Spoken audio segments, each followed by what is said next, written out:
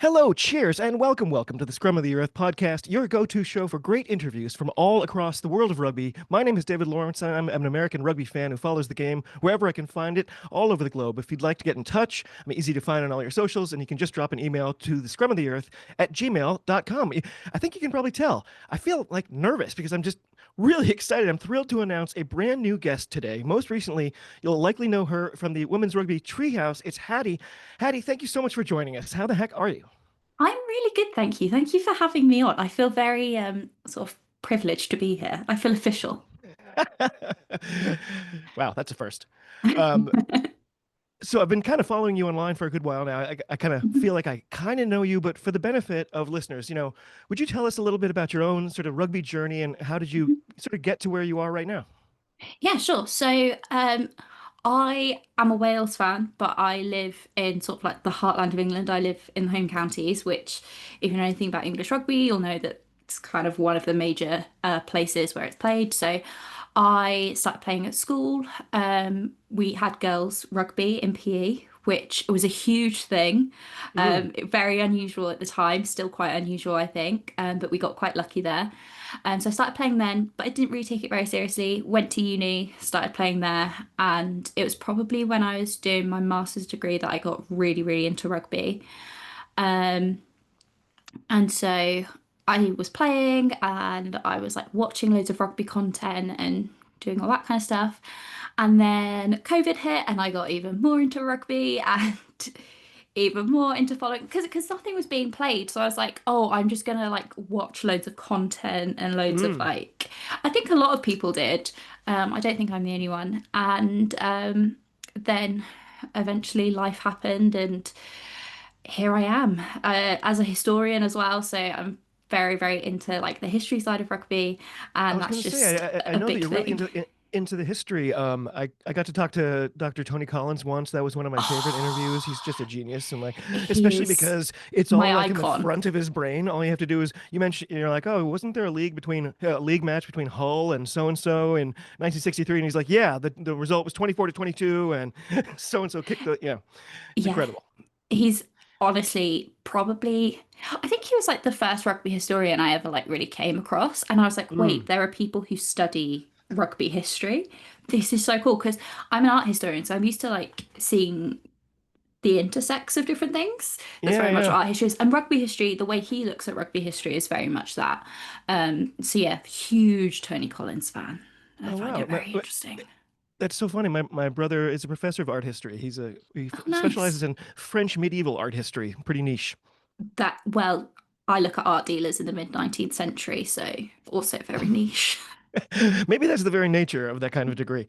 Yeah, it's you get people who look at like pottery in like 1897. Like it gets very niche. Well, of course, we're not here to talk about that today. We probably No. could, but the big topic today is, of course, the conclusion of the pool stages in this latest World Cup. Mhm. Big picture, how would you rate this tournament so far? And on just a scale of 1 to 10, like I think I might already kind of know the answer to this, but are you enjoying it? It's been really, really good. I've been really lucky to attend a lot of games. So I've been all over. I've been to Manchester, I've been to Northampton, I've been to Exeter, I'll go to Bristol this weekend. So I've been all over the country That's watching. awesome. And I go to a lot of PWR games. And I'm used to like the crowds not necessarily being that big, but like it being a really Mm. good atmosphere. And I would say the atmosphere has stayed good. It hasn't veered off into like anything horrible, but the crowds are massive. Mm. I think the crowds are probably way bigger than anybody was expecting in a way, which is really, really nice. I would say like general atmosphere around the World Cup has been really good. And then the play as well has been incredible. Like teams like France really brought it this weekend, New Zealand really brought it this weekend. So it's been a really, really good tournament so far. Yeah, we brought it this weekend too. Yeah, you guys did.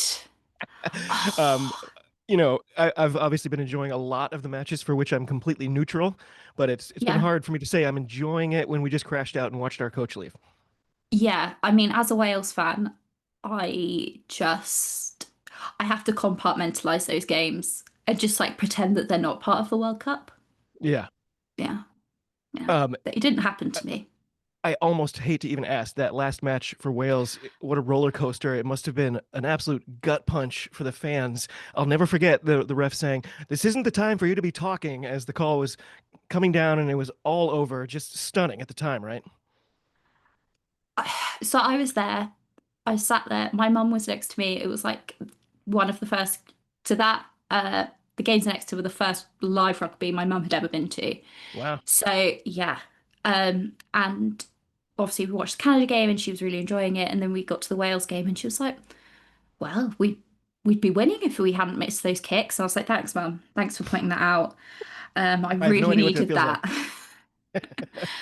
And yeah, it was just like I went into the game. I had like this sudden burst of positivity just before the game, Hmm. and I was like, "We can do this. We've got this. It'll be fine." And then halfway through the first half, I was like, "Oh God, I don't think I can watch this." It was the same feeling of dread I had watching Wales men play Georgia in that game. It was like that same feeling of, "Oh my God, no, no." This tournament does feel like the Wales men version of this team. Yeah. Yeah, it does. It it's just horrible, and it's really hard as well because I kind of struggle to talk about it on the internet somewhat because like a lot of the coverage around it is very negative, and you've even got like Mm.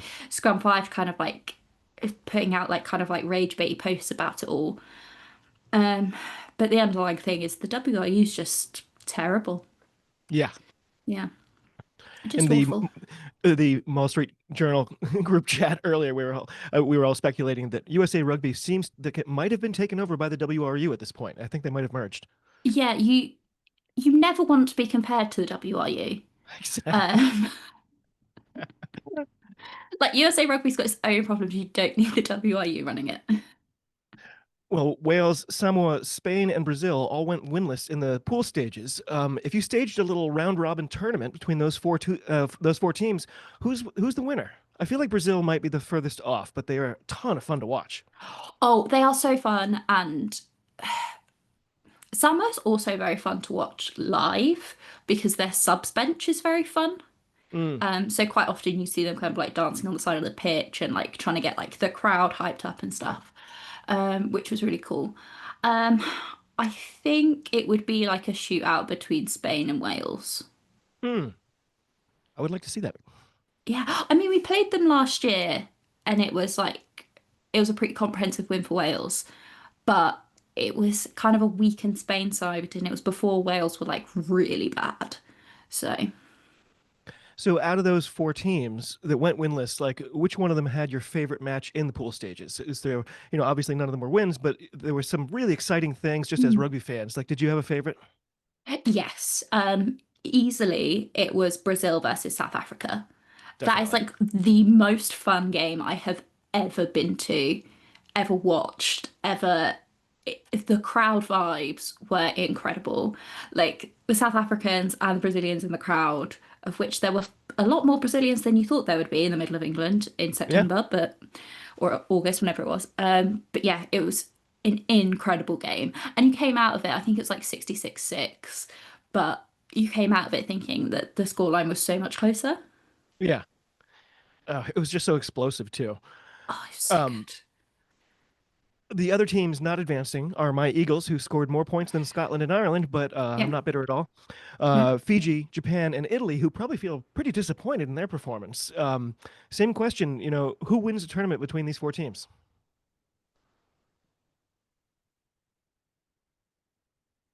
I, it depends. Is Aleph Kelter playing for the USA?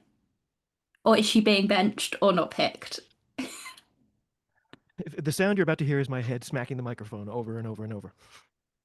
If Aleph Kelter is involved, then I would say it is between Italy and USA, and it depends on whether Italy decide to shoot themselves in the foot or not. Yeah. Um, because like I feel like the USA they got better every game, and the last like however long Alev was on in the last game when she came off the bench, that was probably like the best play I'd maybe seen from the USA all tournament. She was Um, making up for lost time. yeah, she came off the bench and she was like, I'm here to show you that I should have been picked in the last match, and if I had been picked in the last match, we would have won. Um, so yeah, I think it was nice to see them improve game by game. Yep. And it's obviously sucks now the coach is leaving because then that continuity might not continue. But it was nice to see. I think Italy, you just never really know what they're going to do. Mm. Um, and they can pull out incredible tries, like some of the best tries you've ever seen. They can also do some of the worst rugby you've ever seen, and you have no idea what it's going to be.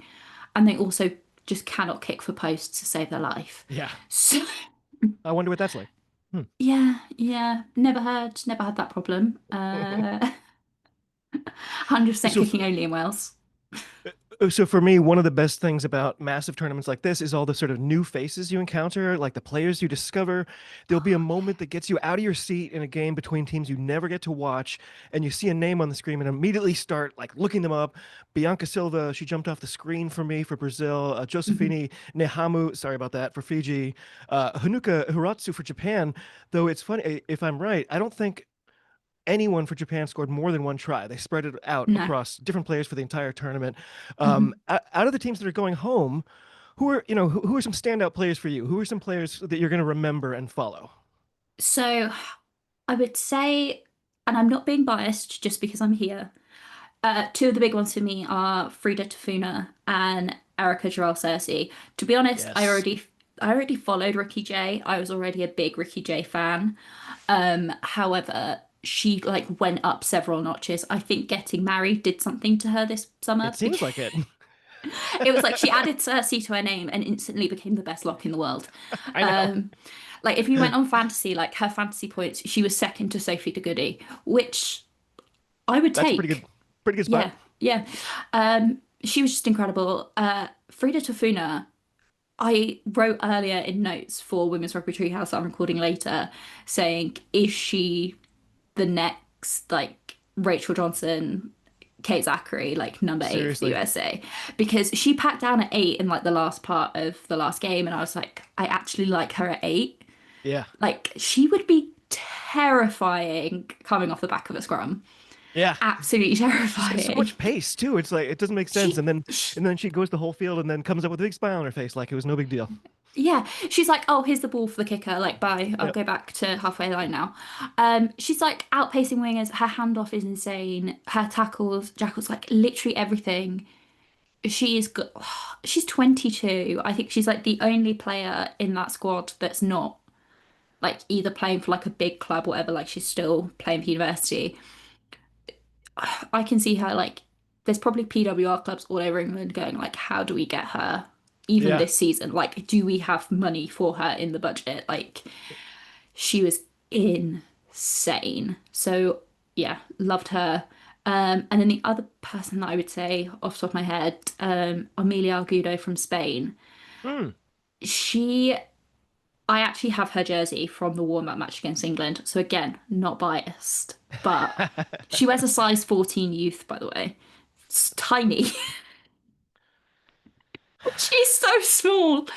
Um, but she's like, There are some players in this tournament like Sorensen McGee. I'm like, please don't tackle her too hard. Please don't tackle her too hard. Please don't tackle her too hard. uh, like I looked it up earlier because I was watching the Japan game and I cannot remember her name and I feel so bad. But the Japanese scrum half, I looked it up. She's 4 for 8. Yeah. And somehow uses it to her advantage. Yeah, but yeah, Argudo's just like insane. Like incredible player. Her kicking when she's not being charged down or timed out is phenomenal. I really liked seeing her at 15 because she's played a lot of her rugby for Spain at 10, but she plays a lot of her rugby for Toulouse at 15. Hmm. So it's been nice to see her at an international level at 15 because obviously trying to watch the Elite One is basically impossible. So we don't really get to see her play 15 that I was often. gonna say, is that available where you are? I've never seen that. I There's been like one or two games where like I've managed to find a feed where they've played it on, I think it's like Canal Plus in France, but like the games are notoriously impossible to stream or find or do anything for. I think they're supposed to be better this year. I could be wrong, but I think it's supposed to be like one game per fortnight or one game per whatever, Huh. which is not great. No. Um, They did but that. I think it was the Rugby Network did that with like the Japan League One, and they were like, "Here's your one game of the bi-weekly," and I'm like, that makes it harder to follow this competition, not easier. yeah, they do. Like in the UK, we have Premier Sports, and they're the ones that have like the URC and whatever. And we were getting like 2 games per week of MLR and 2 games for from Huh. Japan, and like you get, I think it's like 10 games from the NHL. But if you know anything about the NHL, that's like 10% of the games. Like it's nothing. Yeah. And they're all at 4 a.m. And I'm like, this is not helpful. Well, But yeah. sorry, go ahead. I was going to say, like, hopefully, so France, their TV figures for the Women's Rugby World Cup have been beating England, like, not just in Really? terms of, yeah, and not even just in terms of like bums on seats watching, which you would kind of assume would be bigger in France, um, but like the percentage of people of like the TV viewing figures is bigger. So Really? yeah, so thank you, Hugh Gifford Rugby, for pointing that out because wouldn't know otherwise. And now we Um, know it's true. yeah, now we know it's true because she said it. Um, he's not allowed to hear that because otherwise he'll use it against me for the rest of my life. Um, um, yeah, so hopefully, like seeing those figures, you would assume they'd be like, oh, we need to put Elite One on some sort of thing. Um, so fingers crossed, Yeah, one fingers would think. everything crossed. But who knows? It's Uh, women's sports. Nobody really cares. exactly. They might be like, what was that again? What was that? I don't remember the name. We have a women's league. Girls don't play rugby. Of all the expected top teams, the big four, they're all through to the knockouts. England, Canada, Mhm, New Zealand, and France all went undefeated, racked up about a bazillion points. But mhm, then we've got Australia, Scotland, who I think look really good right now. This has to be the mhm. best I've seen them. And we've got Ireland and South Africa. Which of those teams was sort of the biggest surprise for you? South Africa. Definitely. Yeah. I think everybody, as Julie would say, every ball knower would say that, yeah, like South Africa have been on the come up. I wasn't expecting it to be this World Cup. I thought it would Right. be like next WXV or something like that. I thought that the Italy game would be spicy, Yeah. but it was completely turned on its head. I didn't expect that.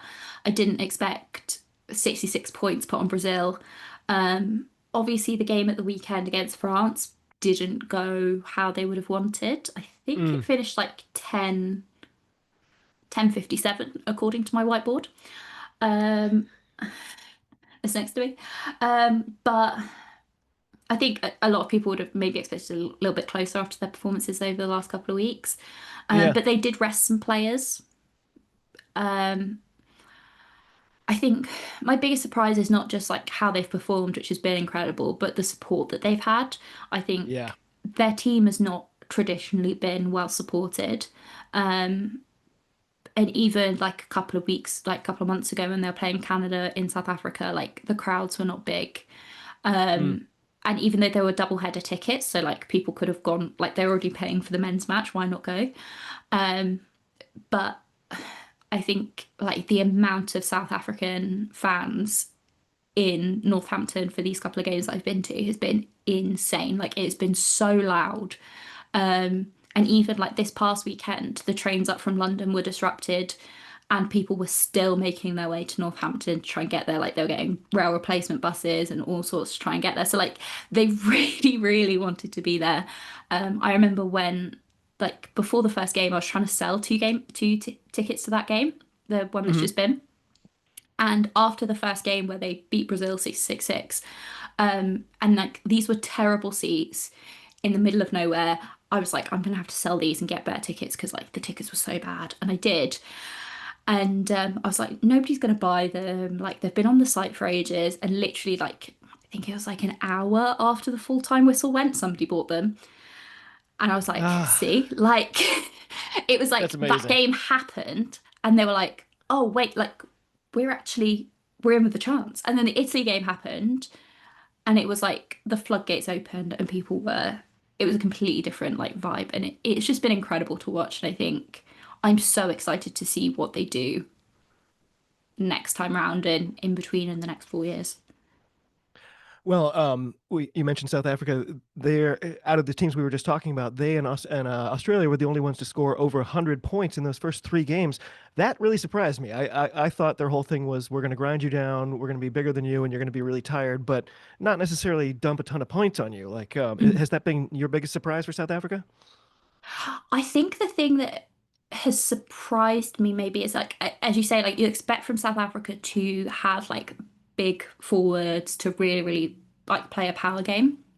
But something they've developed in like the last year, which has been incredible, and I think a lot of it comes from Nadine Roos moving over from sevens Mm, and coming in. She's moved. She's played a little bit fullback, a little bit 10, but she's moved kind of permanently to nine now. she's incredible. She's so good. And I think she's really, really changed how that backline works. But the thing is, they don't just have like, with the South African men's team, you're like, oh, they've got very, very quick backs, especially their wingers. You're like, they're Yeah, rapid. Um, they've now got a nine who is definitely going to win World Player of the Year at some point in her life. Like, she is incredible. And then you've got like 12s who are just extra number eights, and then you've got 13s and 15s who are so creative. mm, It's like the rugby that you're seeing them play is incredible, especially the game against Brazil and especially the game against Italy were just probably like the best games I've seen Brazil play. Not Brazil, South Africa. I'm tired. Uh, and you've got more potting ahead of you too. I've got more pudding ahead of me. But yeah, they've just been phenomenal, and I just love them so much. And it sucks that I can't buy their jersey. Mm. The they've been so much fun, like we said, but of course, guess what? Their reward is to face the Black Ferns this weekend at Sandy Park. Looks like the end of a fun run, probably. Like they've got Yeah. size, they've got all the things you just described, but New Zealand have those things too, and probably pretty much everything else. Yeah, I mean, I'm gonna love to see what people are gonna say. I don't think anybody is really even like the most die-hard South African fan, I don't think is gonna Yeah. expect a win out of that game. But I think having a big clash against New Zealand will be really, really good for that team. It's Mm. gonna only be the second time they've ever faced them. Um, Which seems bonkers. yeah, the first and only time they've ever played New Zealand was the 2010 World Cup. Oh, wow. Yeah, so it's been like, and that was 6 years after South Africa played their first ever Test match. Wow. I like the whole. Sometimes you look at women's rugby, the whole thing is mental. Like, I was going down to like a deep dive on the USA women's rugby, and as I'm going back, I'm finding these results where it's like, oh, we defeated the Soviet Union, and I'm like, the Soviet Union? it, What? like women's rugby, I love it because it's mental and it doesn't. Sometimes you read stuff and you're like, this makes no sense, but Yeah, like in the best way possible. So yeah, you end up with games against the Soviet Union, but then South Africa didn't start playing until 2004. You've got right. Red Roses who have got more caps than New Zealand have ever played. Like it's mental. Um, Well, the good stat this weekend, the comms mentioned it, I think, more than once, was that Ireland were the only team to have a winning record against either men's or women's teams from New Zealand. Of course, yeah, that's not the case anymore, but that was a cool it's little niche stat. 50-50 now, Right. which is still the highest. Yeah. It was 66.67% Yeah. before. Repeating. Yeah. It's just mad. It's like there used to be a stat that Ty Furlong had 100% win rate against the All Blacks, which Oh, is yeah. like up until like 3 years ago, and it was like my favorite stat ever. Um, but Well, yeah, there's somebody was doing like a joke Twitter account for a long time about like there was a terrible quarterback in the NFL called Blake Bortles, and they did this thing. It was like, did you know that Tom Brady and Blake Bortles have combined for six Super Bowl championships? It's like, yes. Also, me and Tom Brady have combined for six. So I love accounts like that. I love it. Um, I love it so much. um, by the way, I love the Black Ferns. I have to be rooting for them. This is going to be a fun match, but I want the Black Ferns to put a stink on South Africa because I don't think they've looked up to snuff quite yet, and I think they need to get there. I think their game against Ireland this weekend was the first time that I was like, oh, that's the Black Ferns. Yeah, Yeah, especially when they scored a try after 80 minutes when they were yeah. 33 nil up. I was like, oh yeah, that's them. Well, after that first matchup, it's Canada versus Australia at Ashton Gate. I will By be the way, you there. mentioned you're going. Which one of these are you going to this weekend? I will be at both of the Bristol games. Oh, So okay. I will be at the Canada game and I'll be at the England game. Oh, wow. Yeah. What do you think? What does Australia have to do to get an upset here? Like move to Canada and become Canadian?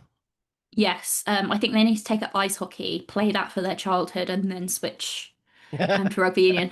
Um, yeah, do you know, Gatorade bottles on the sideline filled yeah, with maple syrup and stuff. yeah, yeah, that's the way.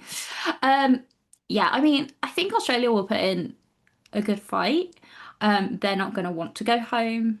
Um, I think it's unfortunate they're coming up against Canada, who really want this. Yeah, And I think for me, out of the big four, Canada want it the most. Canada are the ones chasing it. Um, I am so excited. I love watching Canada play. Like they're such a fun team because they don't do anything that I expect them to do. yeah. And I also just like watching a lot kick for posts. I've had the chance to ask several people this question. I'm really curious what you think. So, let's say Canada win this World Cup. Hmm. Not impossible. Yeah. They're the non-professional team in what we expect to be the Final Four. Hmm. On one hand, if that happens, does the governing body say, "Wow, here's a ton of money. I can't believe we're so good. Imagine what would happen if we threw more money at it." Or are they going to go, "Why would we ever throw money at that? They just won the World Cup. They're literally the best team, and we didn't do anything." Mm. Uh, I don't think it'll be Rugby Canada because I don't think Rugby Canada have the funds. I don't Mm, think they have anything to throw. Like they literally don't have any extra money. Um, my the two things that kind of I think might happen is first of all, I think it would be rather likely that we would get Canadian WER teams. So hmm. one in Vancouver, maybe one in Montreal. I think Canadian women's sports are on the rise and like the numbers that they're picking up are insane. Canada desperately needs in both men and women's rugby is some form of domestic rugby that is played at a high level because they're just not playing it at the moment. So I'd love them to have WER teams. I think that would be more likely. And I think it would be The travel some is sort of terrifying. It's the already travel is it's already awful. terrifying, but oh Yeah. man. I think you would end up with investors wanting to invest in some form. Um, my other main concern with Canada winning the Rugby World Cup, and it's primarily as a Wales, I kind of already predicted that this would happen, but as a Wales fan, I'm definitely seeing it, is that other people, other rugby fans online, predominantly fans of the men's game who are detractors of the women's game, are saying things like, well, Canada, they're not professional and look how good they are. So why does our team need to be professional? They need to go back to being amateur and when they perform, then they can be professional. So that would be my concern if Canada win the World Cup because I kind of thought that it would happen and I'm already seeing it. Mm. I've been lucky enough to talk to Alice Soper a few times, and this is something she's talked about the big difference where men get rewarded based on potential and women Mm. only get rewarded based on performance. When Yeah, I know it's I'm preaching to the choir. yeah, I it's my biggest pet peeve. Yeah, I wonder why. Like so much. I hate it. And the annoying thing is you see it at every level of women's sport. You see it at the absolute top level and you see it at the absolute basement as well. And if you don't invest in any form of women or girls sport, they're not going to perform at all. So yeah, very Well, both frustrating. both those games are on Saturday. On Mhm. Sunday, a really exciting one to kick things off, France versus Ireland. France sometimes kind of forget to show up, but I kind of think they already had that performance in the opening round. They seem to be humming right now. What kind of chance would you give Ireland? It could be an interesting one, and I think there are a lot of factors. I think, firstly, what's the injury situation for Ireland looking like at the moment? We have not heard about Aoife Wafer. She was apparently looking towards the New Zealand game and then didn't play. Um, she's been in and out with injury a lot throughout her career, so it's not super surprising that she's struggling. Um, but even having her back would be a big boost if she was to come back, hopefully she'd come off the bench and be kind of a boost in the last like 15, Mm, 20 minutes. Stacey Flood, I'm assuming she's out. That's going to be a real issue because Ireland have massive problems at 15. yeah. And she's really the only specialist 15 that they've got. Um, Fiona too, I believe, had like a little niggle as well. A couple of the El Perry had a niggle. So they've got a lot of players who are not playing at 100% or not training at 100%. So it depends on what squad they can put out. Mm. Um, If Aoife Wafer's at 70%, do you say we need her? I would. So I have this whole thing about the fact that Pauline Bourdon-Sansus comes off at 60 to 65 minutes for France. Mm. And it does my head in. Um, because like they could either be like winning but not winning by a lot, or like it's a really tight game. And I'm like, why are you bringing off your best player, your biggest motivator? It's Like very strange. when I went to the game on Sunday, you could literally see it like 60, 65 minutes. Like she was ramping up, she was ready, and then they took her off. And I was like, she's so in the game right now. That always makes me think, is that part of the contract? Is that something where the coach is like, I have to do this? I I don't know. I have a lot of questions about France and what's going on there because it's so opaque and we have no clue what's really going on there.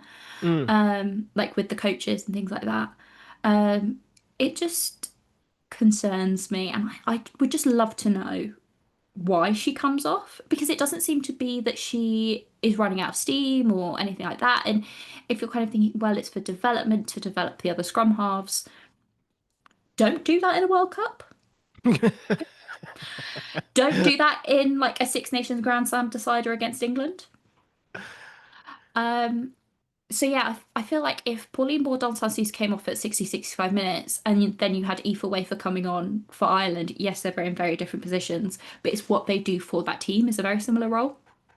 It makes me Um, crazy too when somebody comes on at wing for like the final 4 minutes, and I'm like, what do you think what they're gonna do? Nothing. You're just adding like they're getting a plastic cap essentially. Like they're Yeah. just adding a little number to their sleeve. It's pointless. Well, to finish off this weekend, I don't know if I can bring myself to watch this one. It's England taking on Scotland. I have loved every single minute of Scotland's performance so far, and I don't, pardon me, I just don't want to see England take them out behind the woodshed. Like, after the Highland clearances, I think we can all agree they've done quite enough. And if you could just They've done please not enough. score 100, that would be great. Please and thank you. Yeah, and the worst part is that England are Scotland's bogey team. Of Like course. it doesn't matter how good Scotland are, like Scotland women, England absolutely smash them every single time. Yeah. Um, it doesn't make any sense. But they absolutely rip them to shreds. Um, so yeah, it's a bit of a And after concern. the momentum they built over the pool stages, they're going to feel good coming into this one. And I just have this fear it's going to be 21 to nothing after 3 minutes, and they're going to have these looks on their faces like, what the? Yeah, it's not going to be good. I think for England, obviously, they don't have Ellie Kildane. She's out with concussion. But honestly, if I was England going into this knowing that you're playing Scotland, I maybe wouldn't be too worried. Mm, Um, I also think that's part of England's problem quite often is that they're like not worried. Like they just expect to win. And I think as they head into like the semi-finals and the final, it's going to be a very different headspace.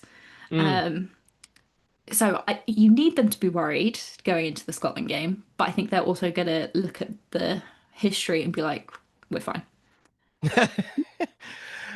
Uh, by the way, I don't like handing out nice things about the English, but I just earlier today, I saw an interview with Abby Dow where she basically reached into my soul and was like, "Here's a mirror." Like that, my favorite bit was when she talked about being the self-proclaimed dad joke expert on the team, and she said Love her so her much. quote was, "The issue is I find myself funny." I just, Classic. it's really annoying because I just really dislike England rugby. However, there are certain red roses that I'm just like, could you not play for England so I I can know. like love Can you you? please move, please? Yeah, like Hannah Bottoman, Sadia Kabea, can you please do anything other than be English? Well, if things go as expected, we will end up with the same Final Four as we did last time, but with opposite opponents. So, in theory, it would be Canada versus New Zealand and France versus England. If you would, please gaze into your crystal ball and tell us what happens in those matches. Is this when the pressure finally gets to the host nation? Um, I think England versus France could be very interesting. Um, or it could be a blowout. It Yeah. could either be exceptionally close or it could be the blowout. Um, it just depends what gear England decide to kick it up to. It depends whether it's the France from the game in Six Nations or whether it's the game that we saw them play in the warm-ups. Um, I think New Zealand versus Canada is going to be really interesting. Yeah.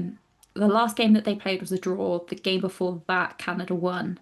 New Zealand don't like losing. They don't like losing at home. Um, so they are going to be exceptionally geared up for it. There's no result in that game that's going to make me happy because I love Canada so much, and the Black Ferns were one of the first teams I ever started watching. Like, I need both these teams to win, and it can't happen. Yeah, and like the thing is, like New Zealand are very difficult to beat in the World Cup. And I think if England are going to win the World Cup, the only way I can see it happening is if Canada beat New Zealand. Yeah. Um, that's the only way I can see it happening. I can't see New Zealand losing a final. New Zealand have never lost a final. Oh no, they have. They lost the first ever final and they've lost a group Yes. game and that's it. Oh wait, no, the first ever Oh no, it was the we beat them in the semifinals, and semi-final. then we beat England in the final. Yeah. So they've never lost a final. Are they going to do it now? I don't think so. Oh, this is something Hugh and I have been chatting about, and Hugh saying that pressure. England are classic chokers. They like to choke in big tournaments, and Yeah. is that real? Like, what's your feeling right now? Is there a buzz about like, uh-oh, or is it just all systems go? No, it's ego. Mm. All I'm seeing right now is ego. I wouldn't say it's quite the same as 2022. I remember in 2022, um, I remember going to a game, and it was an England game at the rugby club, like we were watching on TV, first thing in the morning, and everyone's like, "Oh, England are going to win the final." So like, I don't even know if I'm going to wake up to watch it. Um, and like that was kind of the atmosphere, like the thought people had. Mm. Um, was just like, well, England are going to win. Like, there's absolutely no way they won't win. This time round, people are being slightly more, we have to win, not we're going to win. I like that. I like that. Um, That sounds like more pressure. but I would still say, like, ego wise, they're like, oh, well, we're the best in the world. And like the framing of it has changed. You know, they're not saying we haven't lost since 2022. They're saying we've won all but one of the last however many games it is, like Yeah. 54 or whatever. Yeah. Um, you know, let's make that one game really small. It was a World Cup final. But like, so yeah, it is really interesting to like see people's reactions. Um, I but yeah. desperately want them to not win, but it really looks to me like they will. Like the just from the pool stages, even they look more dominant than any of the other really good teams. Yeah, I think it's really hard for me because the kind of like Wales supporter in me really does not want them to win. I'm like anybody but England. However, the more logical part of me sees like what happened, and like this comes up a lot, is like what happened in England after the Euros and how much it benefited English women's football. Mm, And I feel like, yeah, if England won the World Cup in England at Twickenham, biggest women's game ever yeah, against whoever, like it would be massive. It would be huge for the PWR. I think the visibility of the game would go up. However, they would be unbearable for the next 4 years. more unbearable. Yeah, but I mean, you're also like, well, England are that dominant because you look at their budget and you look at how much the players have played versus everyone else, and you're like, well, yeah, I Yeah. kind of hope that you're the best if you're spending that much more compared to everybody else. So who do you think would win in that our theoretical semifinal here between Canada and New Zealand? Like you said, New Zealand don't like to get knocked out, but it's happened. It's happened, and they don't do well against North American opposition in semi-finals. Yeah. Yeah. I think there is so much like New Zealand expect it, Canada want it, Mm. and I feel like want sometimes outweighs. And I don't think this Blackburn squad is as sharp as last time. No, they've got a lot of young guns in it, whereas Canada, it's a very experienced squad. I think there's probably going to be quite a lot of retirements after this World Cup. Yeah. I think they know that this is, they probably maybe don't have the power. Tyson Booker is expected to retire. I think that's going to be a really huge loss to Yeah. them. Which I found out an incredible fact about Tyson Booker earlier, Mm. if you would like to know. I do. Well, so not only did she play hockey and she played at university and then quit because she realized she was better at rugby and she didn't have time to like go do a degree and play two collegiate level sports, you know. But her dad played in the NHL. He played for Wow. the Oilers and he played for the Rangers. He's a four-time Stanley Cup champion. Oh my God. And he was a defenseman, and he's the second most penalty minutes in Rangers history. So a really nice guy. Yeah, he seems lovely. But yeah, it made me laugh. And her brother was a professional hockey player too in Europe. Wow. Yeah, Hockey players are a different breed. There's something going on there. yeah. I love Kelter. Yeah, exactly. Yeah, just. But yeah, I found that out earlier, and I was like, this is the best fact I've ever found out. I This is love great. that. What was the my most favorite recent one was Georgia Miller had won Irish step dancing championships. Is it Fran McGee used to be a ballerina? I think so. Yeah, yeah. We've all been at that point in our, the road of our life, rugby, ballet. One of these days But I'll sometimes you decide. watch her and you're like, oh no, I get it. You are a ballerina. Yeah. Very strong ballerinas. Very, very strong. Um, so I do want to weasel a prediction out of you. Who wins between Canada and New Zealand in that semifinal? I'm gonna back Canada. Okay. I love New Zealand. Great team. Think they're great. I'm a bit bored of them winning the World Cup. Fair. Totally fair. The other one, of course, would be France versus England. Do you see France shocking the world? And woo, that would be a big blow to England. Yeah, because I'm gonna be there at that game, and I'm scared if England lose. It's gonna be great. I don't see that Uh, happening though. no, I think it'll be England. Especially because if they pull Pauline Pordon-Sazouz off at 65 minutes, which they probably will, They for probably will. absolutely no reason. That's one of those things where I imagine if it backfires, the coach saying like, "Oh well, we were saving her to go 80 in the final," or something that just makes your head hurt even more. Like, but you didn't make it to the anyway. I I don't know just anything about their coach though. Really, I don't. so they've got a male coach and a female coach. Their male coach used to be the assistant coach, and then he was promoted, and they're now co-coaches, or the male coach Oh said, well, yeah, I um, remember that. yeah. So, and they don't seem like they like each other. I'll put it that way. That's another thing about French rugby that I find weird. There was like I don't even know how long ago it was now. There was a thing where all the players were mad at Fabien Galtier, and then like they came in and were like, "Hey, he's your coach, like it or not. So we're not firing him. If you don't like it, hit the road." And then they just kind of stopped talking about it. There's always weird stuff with players hating coaches and coaches hating coaches. It's weird. And like, yeah, and like, was it the Jalibert stuff during the Six Nations? Like, it's so. I would love to find out what is going on.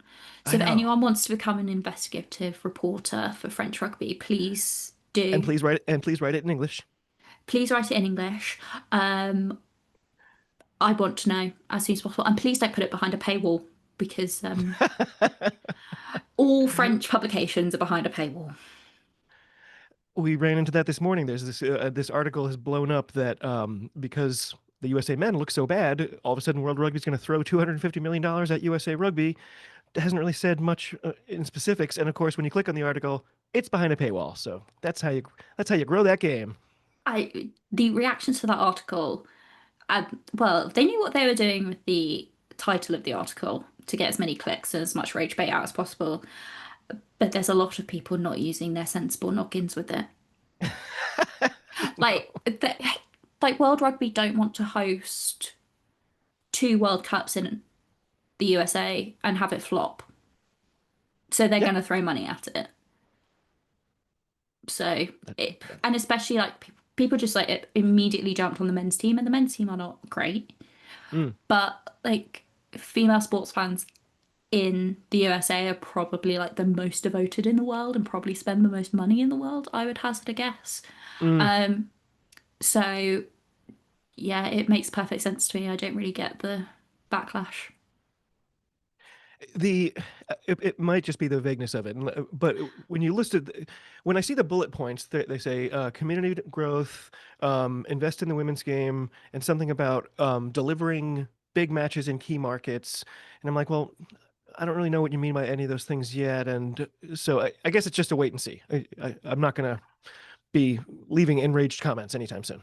No, there's just no point in getting enraged on things. Like, if people, it's a bit like the WIU proposals. Like, they're so specific about certain things, it's really easy to pick apart, and Mm, they're really vague about others.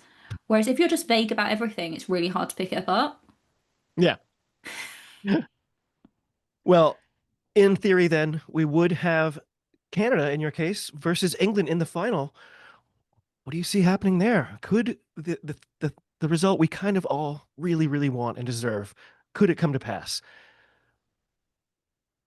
I think that game will be tight. I think, I feel like, and I feel like my answer actually might have been different before this World Cup. Hmm. Um, I would have probably said before this World Cup it would come down to kicking, and like England's issues with kicking would come to bite them in the butt.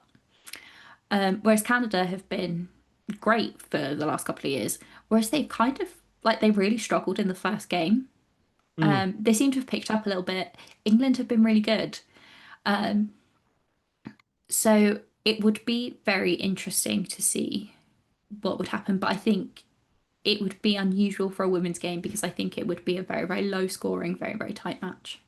Hmm. Huh. Who do you think England would be more scared to face in the final? New Zealand because of the history or Canada because of the unknown? I think it would be New Zealand. I almost feel like I was looking at I've got my whiteboard up here and I've written Hmm. out like all the graphs and like who's facing who. And like the way that they've done it is like quarterfinal one is Pool C winner versus Pool D loser. And then like quarterfinal two is B and A. And like the way that they've done it Yeah, is really weird. it is. And it almost feels like they've tried to engineer it so England have the easiest path to the final and that they have like an easier opponent. Um, so I feel I like wouldn't they be too want to surprised, face but when they're better Canada. than everybody. So Yeah, I think you're probably right too. I think they would feel like, look at the strength of our program and our history. Like they're not going to come over from Canada and take it. But I don't even know which one I would prefer to see. Wait, let me look at this thing again. What would be your ideal final? Like I it think can't be Canada and New Zealand for the final because of the way it's the way it's working grouped. out, a Canada-France final would be so much fun. That would be pretty great. What would And we'd happen to have the a new crowds and the winner. atmosphere, though? Would it be like when France got knocked out of their World Cup and the crowds were like, "Well, who wants to buy these tickets?" Um, well, the thing is that there's still the bronze final is included in the final ticket. Mm, So I think I wouldn't be surprised if like a bunch of England fans turned up for the bronze final and then like left. that makes sense. Um, I think it'll be really interesting.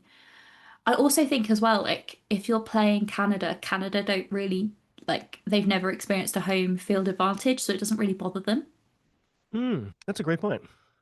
Whereas a team like France are used to having like home field, New Zealand even to an extent as well. So I think that's one thing that England probably haven't thought of. Like, I don't think it would bother Canada to be playing with a bunch of England fans.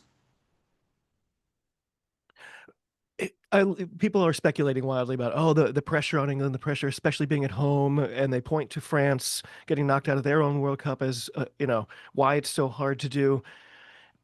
What do you really think though the players are thinking? Are they thinking, oh God, the pressure, or are they thinking, I get to be at home, I sleep in my own bed at night, like this is a perfect scenario for us, and we're the best team in the world. I think it depends on the player. I think some of the older players, like maybe Scarrett, Mohan, like they've experienced the highs, they've experienced the lows. I think they will be the players that are more likely to like bottle it, if that makes Mm, any sense. And I know there are going to be people who don't agree with me on that, but like I think they're the ones who would succumb to the pressure. I think some of the younger players, like Jess Breach, for example, when she played Canada last year, she said that was the first time she ever like worried they might lose. mm, that's Um, weird.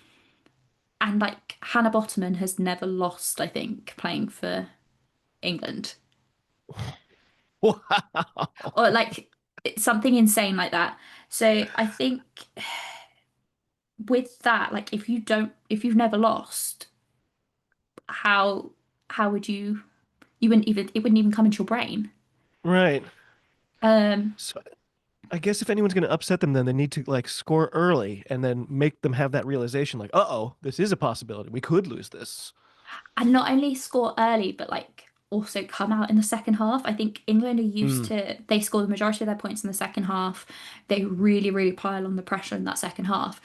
If Canada or New Zealand can keep the pressure throughout the game, that's what could make them crumble. And I mm, also think that they need to not be complacent. What got them last time was being complacent. It was bad line-out calling. And I think as long as they don't fall into the traps and get too comfortable, and it's like that line between confidence and cockiness is so small. yeah. And they've got to make sure that they stay confident and not cross over into cocky, which is what they did last time. The, the last World Cup final, I, I don't want to say for certain it was my number one all-time favorite game, but it's got to be in the top three. Like to this day, all I have to do is think about it, and I get chills, and it's like I'm watching it all over again. I must have watched that thing 6 times in a week. I so I probably watched it when it was live. However, that same day I had a game and I got knocked out, so I don't actually remember watching it. No way. That's terrible. But I have watched it since, and it's a really good game. Yeah. Like Stacey Wacker's try is like one of my favorite tries of all time. Like she was literally laughing. It was incredible. She's one of my favorite players, and because her brother played for the Free Jacks, I've met her a couple of times. I have some cool little selfies with her. Nice. MLR is The first time I saw her, she was walking past in the stadium, and I was just like, bzzzt. I felt like I'd been hit by lightning. I was like, I know her, I know her. Oh my God, it's Stacey Walker. MLR like keeps up with the USA sporting tradition of just being a bit mental. Like, Yeah, you know, when like you're watching like an NBA game or a WNBA game and like they scan the crowds and it's like all of a sudden the most random celebrity you've ever thought of. Like MLR is like that, but it's the siblings of players who are more famous yeah, than the players in MLR, which makes it so great. and parents sometimes too. Andrew Quattrin's mom sat by Parents. us one day, and we had a lovely day with her. That's we get that in the PWR sometimes. Like you end up being sat next to somebody and like it turns out to be somebody's auntie. And you're like, They do this is this neat thing amazing. that like, where the Free Jacks play, the players have to come through the stadium to get to the locker rooms in the first place. So it's just every day, you will see the whole squad there, and the people that Nice. aren't in the 23 are in the stands watching and cheering. Nice. Nice. Pretty cool. I was at it was the last game of the regular season of the PWR and it was in Northampton and it was Loughborough versus Ealing. Mm. Um and there was this person behind me, this like northern woman who would not shut up. And like she was yelling at players, like she was really, really going for it. And I was like, this is the most annoying person I've Oh, ever heard in my life. because I don't know English geography. Are Ealing or Loughborough northern towns? No. Ealing is in Ah, London, Loughborough is like in the Midlands. So I Ah, was like, who is this woman? I turn around and it's Abby Burton. you're And like, after sorry, that, sorry, I was sorry. like, oh, I get why she's yelling at the players now. It's not just a random woman. It's Abby Burton. She's allowed to do that. They did a weird one in I think it was in the Olympics when the USA Eagles were starting to catch fire, and they kept showing this guy in the audience who was wearing an Alona Amar jacket, like it was just her face over and over in a pattern. And the comms, for some reason, were like, "Wow, I guess he's a really huge fan." No, of course it was her dad. Like, of course it was her dad. My favorite part of the Olympics is like it would just be like scanning the crowd. Snoop Dogg. Yeah. Turns out Snoop was available. Yeah, he was there. He was there the whole time. Well, the at the MLR final I went to in Chicago, Shaquille O'Neal was the halftime entertainment. DJ Diesel, as he calls it, his DJ act, and it was great because they had him bring out the game ball at the beginning and like seeing Was the it like size this or big? yeah, the whole crowd was like, "Why can't he play? Why can't we get that guy?" Oh, could you imagine how terrifying it would be to get tackled I by know. Shaq? I want him as my number 8, definitely. Well, he wouldn't be able to play in the front row because he'd be too tall. Yeah, Even playing in the second row, he'd be lifting up your front row. it's true. Oh yeah. It would be just like his problem with free throws. Anyway, Hattie, you are amazing. Thank you so much for sharing your time, your insights, and Thank your you. humor. It's been a real treat.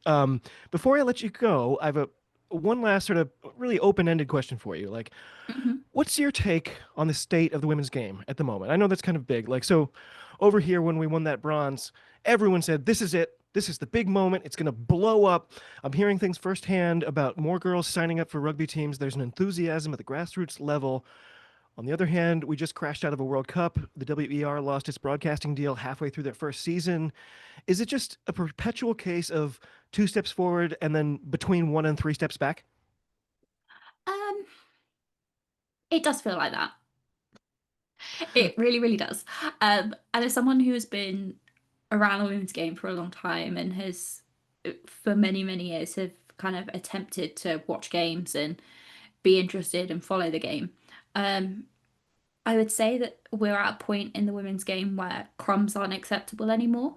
Mm, Um, and so actual investment in time, money, etc., is needed. And I think a lot of people, when they hear money as an investment, they assume mega bucks. And really, it's not. Like, what we're asking for is the bare minimum. Games yeah. need to be streamed, preferably all in one place. When it comes to PWR, have all your games in one place, make it easily accessible. Um, I think, terms of the It, WER is the same. it's a great point about the money because in America, our sports are ridiculous. Like guaranteed rookie contract in the NBA's 4.5, $6 million, something like that. That's guaranteed money before anyone knows if you're good. Mm, Like, and yet in rugby, Finn Russell signed this huge deal, and they're like, "Oh my God, it's almost $1 million." It's like, yeah. yeah, that's it. Like, so it's it's peanuts compared to the like NFL money, what it would take Mm. to completely turn things around. Yeah, like it is so minuscule. Um and it is so frustrating to be a women's fan and to like have, well, it's better than it was last year. And I'm like, it was terrible. This is the bare minimum.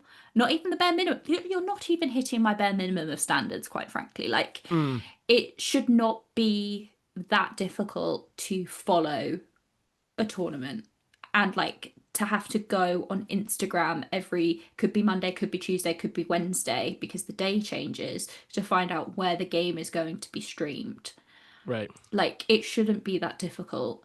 Um, we shouldn't have players coming to Twitter users kind of secretly saying like, our game was supposed to be on TNT this week, but they cancelled it, and instead they're showing this game. Like, that shouldn't happen. Yeah. We should know what's going to be where. It should preferably all be in the same place. Um, we shouldn't have, I feel like deals should be concrete. When it comes Yeah. to like WER, like I don't know what happened there, but it was clear like it was all over the shop.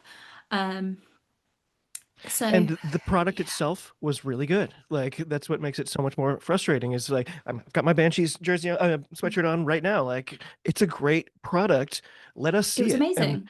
And it's funny because I don't want to criticize them because they're doing great. The situation is incredibly difficult. They're getting paid nothing, and and then there's just obstacles and obstacles. So saying, oh, they're not doing a good job, that's not what I'm saying. I'm saying I want this to be better because it's already great and has the potential is there. Let's put a light on it instead of slamming the door. Yeah, and I think it should be clear, like the standards that we're holding to WER2 is different to the standards we're holding the PWR to. Like the PWR says that it's the greatest league in the world. It's been going for 10 plus years. Like it should be better than it is. WER needs more help. You know, if DAZN or whatever that terrible company was called can show pickleball and cornhole, they can show women's rugby for a season. Like it shouldn't be difficult. Like they should be able to have a scorecard on. Yeah. So And like of course they don't have money for interns to update the website and stuff, but like we need to find the scores somewhere. It's just anyway, I love that product and I can't wait to see what they do next year because it frankly is obviously going to be better. it's going to be better. I just remember like the first season of the PWHL being not good and the second season being a lot better. So I have high Mm. hopes. Um, Final thing, what are you most looking forward to in the knockouts? This could be a player, it could be a result, could be anything really. Like, what are you dying to see over the next 3 weeks? I am excited to be in the same place as Sophie de Goody. Yes, Um, I envy and you. Sophie de Goody, if for whatever reason you are listening or watching this, please don't take a restraining out on me. I just really enjoy you as a person. Um, yeah, just watching Sophie de Goody. I think I'm excited to see what the media attention is like. I'm excited to see. I'm loving already people getting angry they can't get tickets. Love that. That's quite fun. That's never happened really to me in women's sports, so That's that's amazing. fun. Yeah. Um, People are forced to go to scalpers for women's rugby tickets. I That- know it's madness. Um, I'm excited to watch South Africa. Um, it's just gonna be good. Like I can't like Wales aren't in it, so I have nothing really in this fight. mm. I'm just there for the love of rugby, but without the Which which podcast.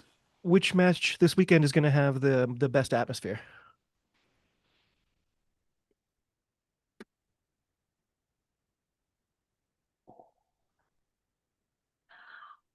Unfortunately, I'm not going to be there, but I feel like New Zealand versus South Africa could be good Mm. because South Africa has impeccable vibes. Yeah. Um, who else is going to be good? I mean, England Scotland's going to be massive. Yeah, it'll be exciting until the end of the anthems and after the for in like 2 minutes in. Scotland fans are so fun.